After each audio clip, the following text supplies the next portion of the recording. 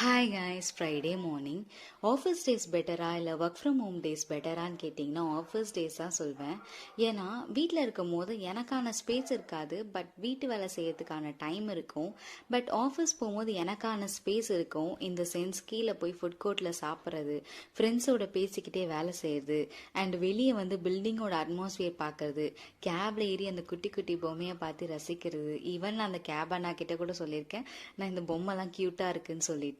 And பாட்டு கேட்டுகிட்டே வர்றது. ஸோ இந்த மாதிரி விஷயத்தெல்லாம் நான் என்ஜாய் பண்ணுவேன்.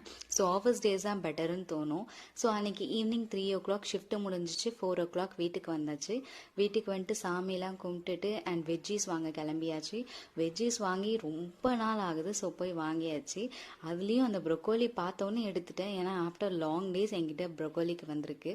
ஸோ அந்த ப்ரொக்கோலி வச்சு சாண்ட்விச் பண்ணலாம்னு சொல்லிட்டு வாங்கிட்டேன். அண்ட் பைனாப்பிளும் ஆரஞ்சும் டீஃபால்ட்டாக எப்போவுமே ஃப்ரூட்ஸில் வாங்கிடுவேன். ஸோ பாப்பாவும் கொஞ்சம் ஹெல்ப் பண்ணா. அந்த எலுமிச்சப்பழம், ஆம்லா அதெல்லாம் எடுத்து போடுறதுக்கு அவள் ஹெல்ப் பண்ணுவா. ஸோ இந்த மாதிரி டைம்லலாம் நான் அவளை கொஞ்சம் என்கேஜாக வச்சுப்பேன்.